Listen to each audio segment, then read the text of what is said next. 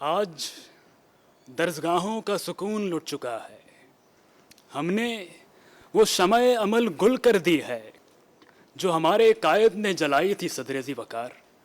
ہم نے کتابوں سے منہ موڑ کر بارودی ہتھیاروں سے تعلق جوڑ لیا. ہم محنت سے جی چراتے اور غفلت سے لو لگاتے ہیں. ہم نے اپنے کان بہرے کر لیے تاکہ قائد اعظم کی تعمیر وطن کے لیے تلقین ہمارے ضمیر کو جھنجھوڑ نہ سکے.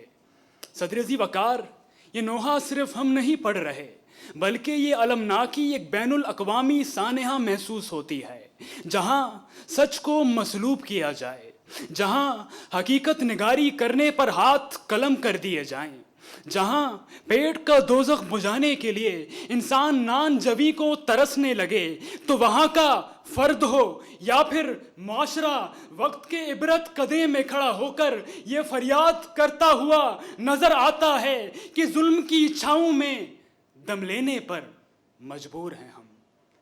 ظلم کی چھاؤں میں دم لینے پر مجبور ہیں ہم.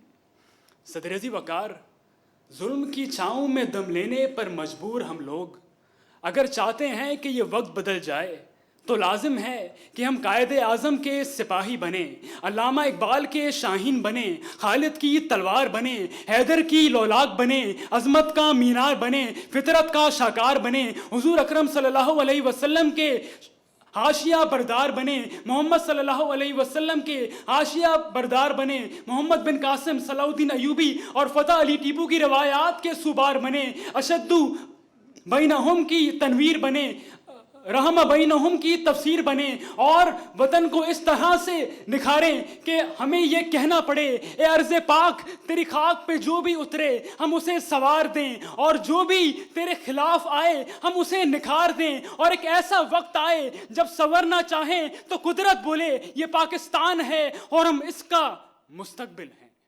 ہم اس کا مستقبل ہیں. آپ کی سماعت کو شکریہ.